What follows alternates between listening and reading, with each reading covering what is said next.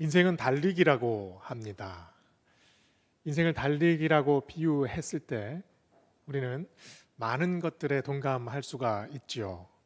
달리기가 처음에 시작점이 있고 또 마치는 지점이 있지 않습니까?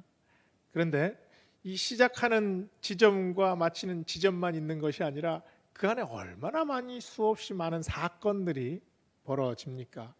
우리의 인생은 이렇게 그 사건들을 헤쳐나가면서 계속해서 달리기를 하는 경주에 비교할 수 있을 겁니다.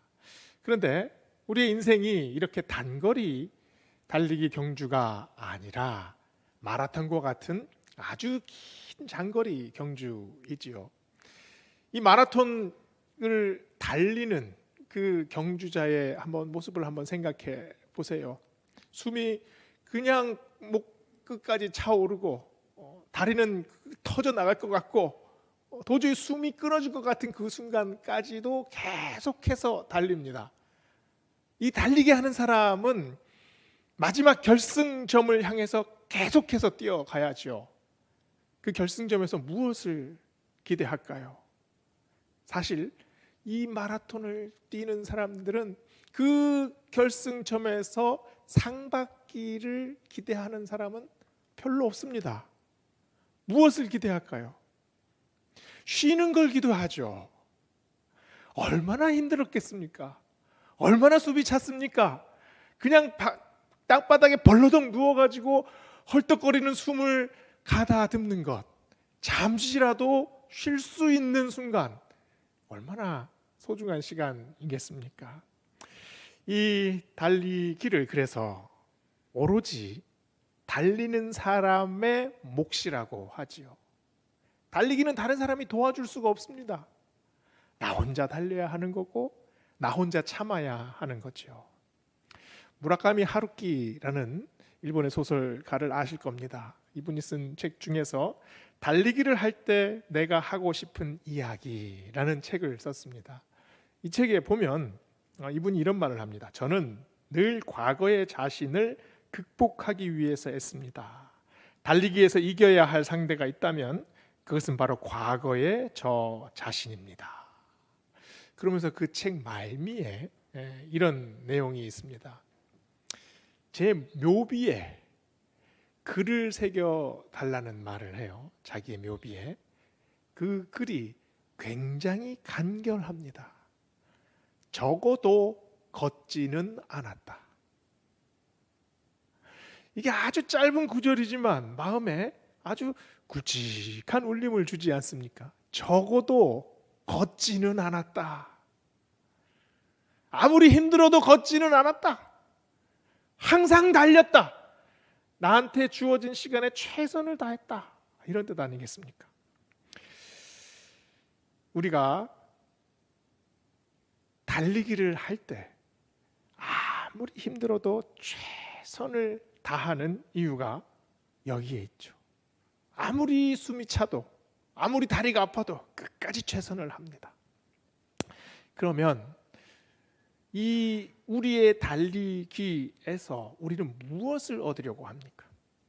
어떤 사람들은 달리기를 하면서 무조건 1등이 되어야 한다고 말하는 사람이 있습니다. 우리의 인생이 달리기이기 때문에 이 달리기 경주에서 어떤 수를 쓰든 이겨야 한다. 공부도 1등 해야 되고 사업도 1등 해야 되고 자녀들 교육도 1등 시켜야 되고 뭔가 우월해지고 싶은 거죠. 뭔가 이기고 싶은 거죠. 4등이라는 영화가 있습니다. 제목이 4등입니다. 독립영화로 나왔는데요. 여기에 준호라는 초등학교 아이가 나옵니다. 근데 이 아이가 수영 선수인데요. 소질도 있습니다. 그리고 수영의 능력도 자질도 가지고 있어요. 그런데 경기에 임했다 하면 꼭 4등이에요. 아슬아슬하게 입상권에서 떨어지는 거죠. 그 아들을 보면서 엄마 마음이 어떻겠습니까? 속이 터집니다. 아유, 이놈을 조금만 노력하면 되는데 왜 이렇게 항상 4등에서 그칠까? 그래서 수소문을 해서 아주 좋은 코치를 소개해 봤습니다. 그 다음에 수영 경기에 나갔는데 준호가 생전 처음으로 2등을 한 겁니다. 얼마나 기쁩니까? 그런데 이 코치가 빗자루로 아이를 패가면서 연습시키는 그런 코치예요. 준호 엉덩이가 성할 날이 없습니다. 그 사실을 아버지가 알고 나서 화를 버럭냅니다. 그때 이 아버지 앞에서 이 아내, 엄마가 하는 말이 저는 잊혀지지가 않아요. 당신이 뭘 알아? 나는 준호가 맞는 것보다 4등 하는 게 더 무서워. 우리가 사는 인생 속에 이런 마음이 늘 있지 않습니까? 1등을 하고 싶은 마음이죠. 옛날에 아바라는 가수가 Winner Takes It All 이런 노래를 했죠. 승자가 모든 것을 독식합니다. 승리자가 모든 것을 다 가져갑니다. 이게 우리가 사는 세상 아닙니까? 오늘 말씀에도 이와 비슷한 말씀이 나오는 것 같아요. 24절을 한번 보십시다. 운동장에서 다름질하는 자들이 다 달지라도 오직 상 얻는 자는 하나인 줄 너희가 알지 못하느냐. 이 말씀을 들으면 어떤 느낌이 옵니까? 성경에서도 이렇게 1등을 하라고 말씀하시는 걸까? 이런 느낌이 확 들지 않습니까? 1등, 우리가 1등을 할 수 있습니까? 반에서 1등 하는 아이가 있습니다. 이 아이는 1등입니까? 전교에서 1등 하는 아이가 있죠. 전교에서 1등을 하면 1등인가요? 전국 1등이 기다리고 있습니다. 전국에서 1등 하면 학년마다 1등들이 또 있습니다. 우리나라에서만 1등이 있나요? 중국에도 1등이 있죠. 미국에도 1등이 있습니다. 1등이라는 것은 상대적이에요. 1등이라는 것은 내가 아는 영역에서 내가 보는 1등입니다. 모든 영역에서 1등들이 있습니다. 그리고 그 영역을 어디까지 넓히느냐에 따라서 계속해서 달라지지요. 만약에 1등이 있다면 그것은 1등을 하고 싶은 욕망, 그것만이 1등이라고 할 수 있을 겁니다. 이 1등에 대한, 꼭대기에 대한 허상이 있다면 또 경기의 내용에 대한 허상이 있을 거예요. 우리가 인생을 이 달리기 경기라고 생각했을 때 단 한 번의 경기라고 한번 생각해 보십시오. 이 단 한 번의 경기에 인생이 다 녹아져 있습니다. 어떻게 달리실 겁니까? 이 단 한 번의 경기를 달린다고 생각하면 대부분의 사람들이 등수에 관심이 없습니다. 누가 1등을 하냐, 누가 2등을 하냐, 그것은 별로 중요하지 않다고 생각해요. 대신 뭐가 중요합니까? 힘들게 달릴 것이냐, 아니면 평안하게 달릴 것이냐. 정말 숨을 헐떡거리면서 정말 죽기 직전에까지 달릴 것이냐, 아니면은 여유 있게 아주 느긋하게 달릴 것이냐. 여러분은 어떻게 달리고 싶으십니까? 대부분의 사람들이 여유롭게 달리고 싶을 거예요. 만족스럽게. 또 모든 것을 갖추게. 요즘 젊은이들의 라이프 스타일이 있죠. 그 욜로족이 있습니다. You only live once. 그러니까 삶은 한 번뿐이라는 거죠. 반면에 FIRE족이 있다고 합니다. 그러니까 Financial Independence, Retire Early. 그러니까 재정적 독립을 취하고 그 다음에 빨리 은퇴하겠다. 이런 사람들이죠. 욜로족은 돈을 버는 족족 써버립니다. 왜냐하면 젊을 때 내가 소비하는 것이 훨씬 즐겁다는 거죠. 늙어서 힘이 없을 때 그 소비하는 것보다 젊을 때 활기 넘칠 때 기회가 될 때 최대한 누려보자는 겁니다. 반면에 파이어족은 어떻습니까? 모아야 한다는 거지요.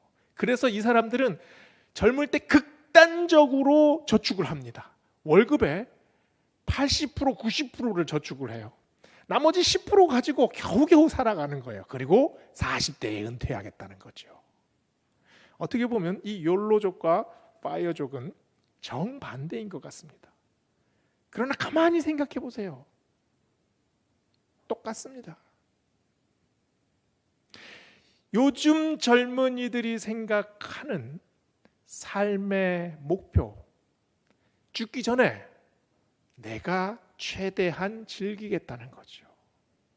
그 시점이 어디냐? 젊을 때냐? 아니면 돈을 모아서 늙을 때냐만 차이가 있을 뿐이지 똑같은 마음입니다. 개미와 배짱이가 다르지 않다는 거죠. 이 마음은 모든 사람이 갖고 있습니다. 우리 모두에게 이 마음이 있지요. 사람들이 이런 마음을 가지게 되는 이유가 뭐겠습니까? 왜냐하면 인생은 일회적이라고 생각하기 때문입니다.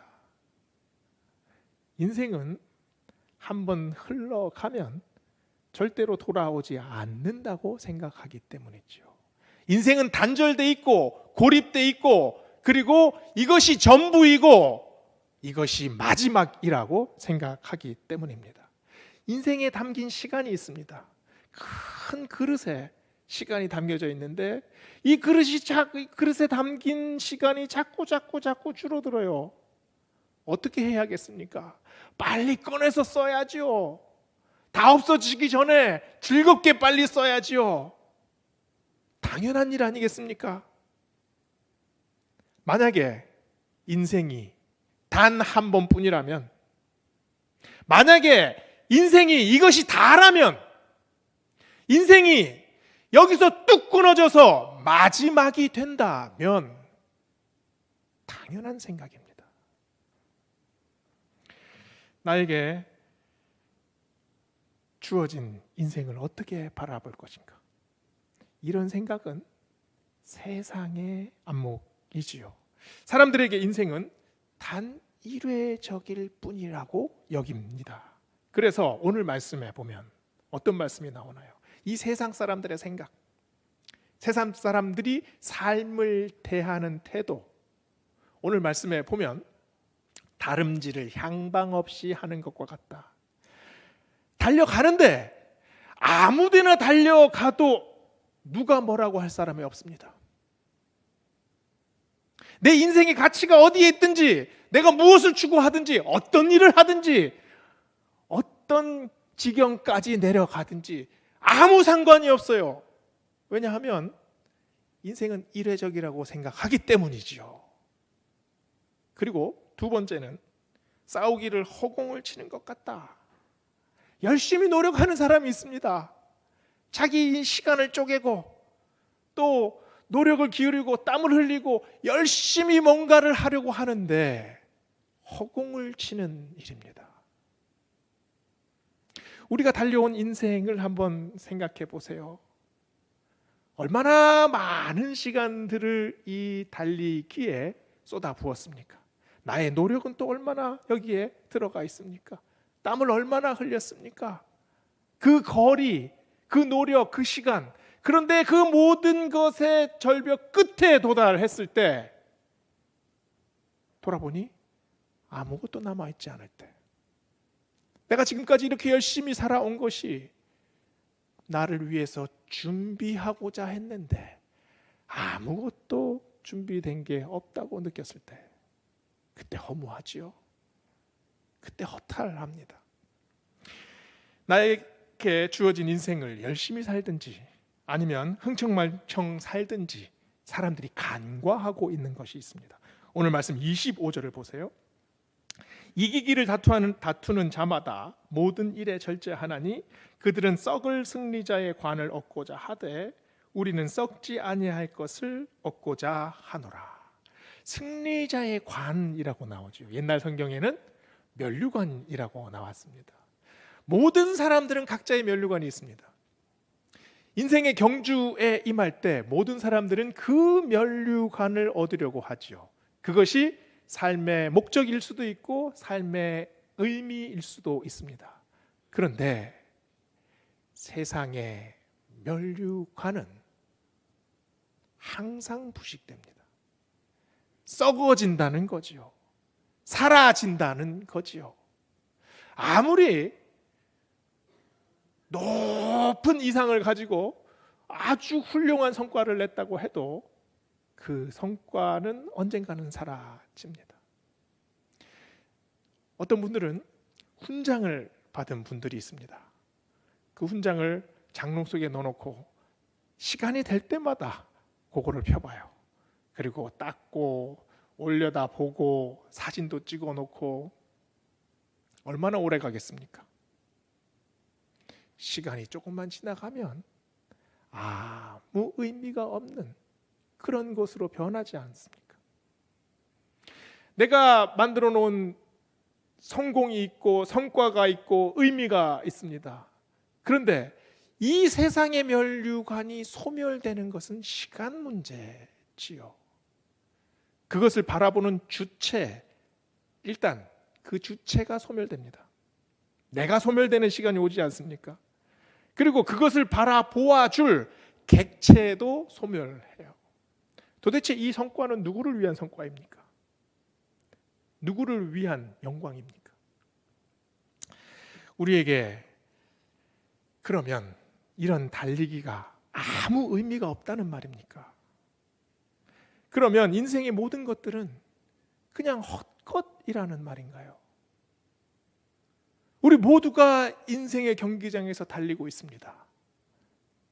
그러나 그냥 달리는 것이 아니라 방향을 수정하면서 달리는 사람들이 있습니다. 아무 방향이나 아무렇게나 달리는 것이 아니라 목표를 갱신하면서 달리는 사람들이 있다는 말이죠. 우리의 목표가 어디입니까? 우리의 목표는 확실합니다. 우리는 썩어져 가는 것을 향해 달리지 않지요. 우리는 소멸되는 것을 향해 달리지 않지요. 우리는 영원히 변하지 않는 것, 가장 본질적인 것, 가장 확실한 것을 향해서 달려갑니다. 톨스토이는 나이 50에 자신의 인생의 전환점을 겪습니다. 톨스토이가 이 백작 가문에서 태어났거든요. 물려받은 재산이 어마어마합니다. 아무 걱정이 없는 사람이었죠. 이 톨스토이가 젊은 날에 거의 도박장과 사창가에서 살았습니다. 흥청망청 살았던 거죠. 그런데 여기서 불안이 엄습해요. 톨스토이의 참회록을 읽다 보면 젊은 날에 자살 시도를 하려는 마음이 얼마나 컸는지를 알 수가 있습니다. 그만큼 불안했죠. 그만큼 죽음에 대한 공포, 이런 것들이 있었습니다. 그런데 기독교의 희생과 사랑에 대해서 눈뜨기 시작합니다. 그러면서 그의 인생이 서서히 변하게 되죠. 그리고 그의 소설의 주제가 변합니다. 대표적인 소설이 부활이라는 소설이지요. 여기 소설에 보면 네홀리도프라는 주인공이 나옵니다. 그리고 이 네홀리도프를 사랑해 주었던, 헌신적인 사랑을 해 주었던 카츄샤라는 여인이 나오잖아요. 이 카츄샤가 그 시베리아로 유배를 갑니다. 그러자 이 주인공 네홀리도프가 이 카츄샤의 사랑의 의미를 깨닫고 같이 시베리아로 따라가요.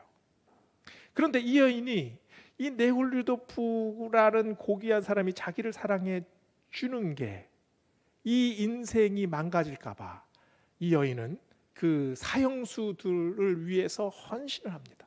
자기 인생을 바쳐요. 톨스토이는 이 소설을 통해서 계속해서 우리에게 묻고 있습니다.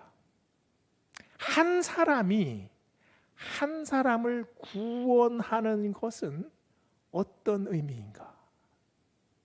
한 사람이 진정한 사랑을 다른 사람에게 보일 때 그것은 무엇을 변화시키는가?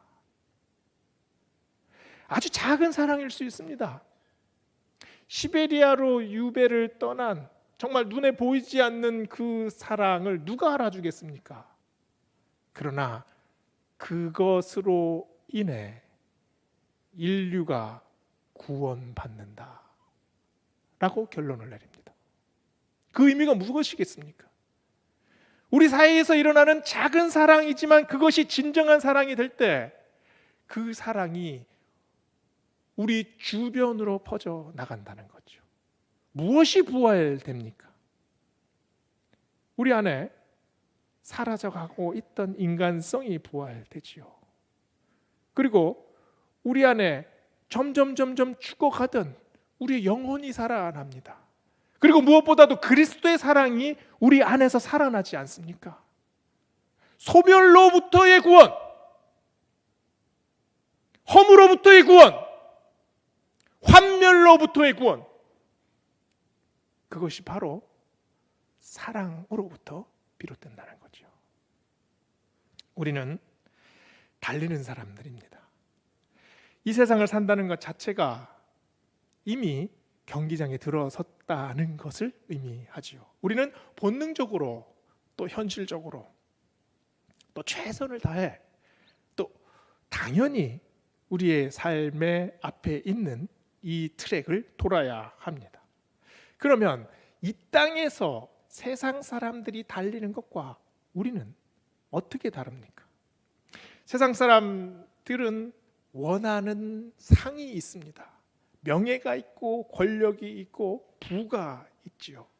그러면 우리는 어떤 상을 바라보고 있습니까? 사실 우리는 이미 상을 받았습니다. 우리는 하나님 나라를 보장받은 사람들입니다. 우리는 이미 우리 안에 영원한 생명을 가지고 있는 사람들이죠. 예수님이 부활하신 것처럼 우리도 똑같이 부활할 겁니다. 이것이 우리의 믿음이죠. 이것이 우리가 이미 받은 상입니다.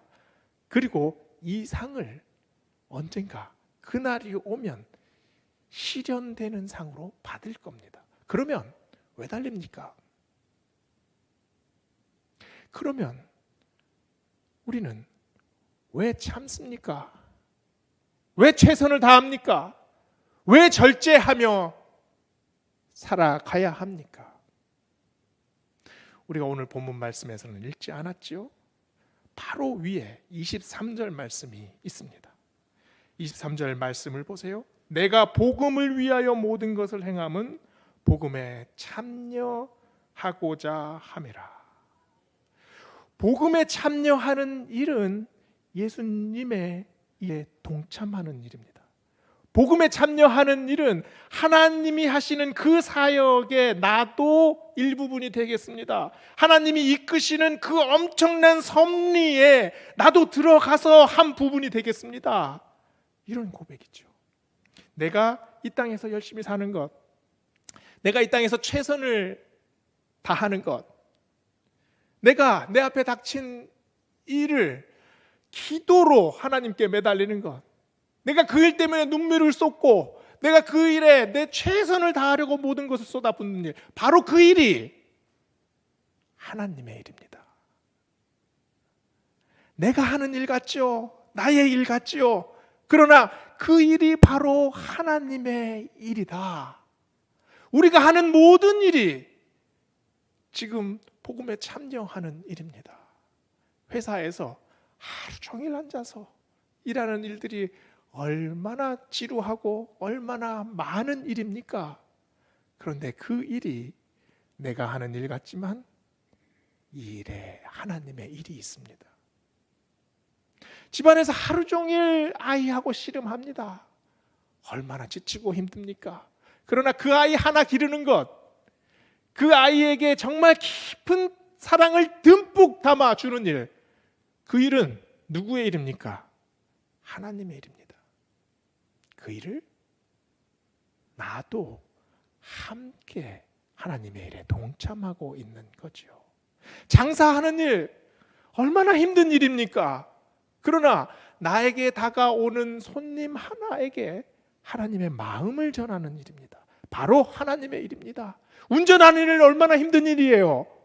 그러나 그 일을 통해 그 일 속에 하나님의 뜻이 있다고 믿는 겁니다. 우리가 하는 일, 그 일 하나하나에 하나님의 섭리가 있습니다. 하나님의 뜻이 있습니다. 그래서 우리는 절제합니다. 그래서 우리는 우리를 돌아봐야 합니다. 그래서 내가 하는 말, 내가 하는 행동, 내가 하는 생각, 내가 가지는 감정, 그리고 내가 하는 모든 것들, 여기에 절제가 필요하지요. 왜 절제해야 합니까? 오늘 말씀에 보면 내가 내 몸을 쳐서 복종하게 한다. 이기기를 다투는 자마다 모든 일에 절제한다. 하나님이 나를 통해서 복음을 전하시기 때문입니다. 집중은 절제를 통해서 나타납니다. 그 집중, 나무가 못이 나무를 뚫고 들어가는 장면을 한번 생각해 보세요. 어떻게 못이 나무를 뚫고 들어갈 수가 있습니까? 왜냐하면 이 못은 나무보다 훨씬 고도로 집중되어 있기 때문입니다. 우리의 삶은 어디에 집중되어야 합니까? 하나님에게로 집중되어야 합니다. 내가, 내 삶이, 내 태도가, 내 생각이, 내 삶의 방향이 하나님 앞으로 집중된다는 것은 하나님께서 나에게 부어주시는 뜻에 열려 있다는 생각입니다. 우리는 절제를 생각할 때 나를 누르고 나를 죽이고 나를 비워야 한다고 생각하죠. 그러나 그렇지 않습니다. 오히려 채워야 합니다. 나를 죽인 것을 오히려 살립니다. 닫혀있던 것을 열지요. 열려있는 내 마음속에 하나님께서 부어주시는 것이 있어요. 뭡니까? 바로 소명이죠. 네가 이 땅에서 사는 목적을 하나님께서 우리에게 알려주십니다. 그것이 무엇입니까? 그리고 나의 힘없는, 나의 능력 없음에 하나님께서 부어주시는 성령의 은혜가 있죠. 그것을 통해서 내가 살아납니다.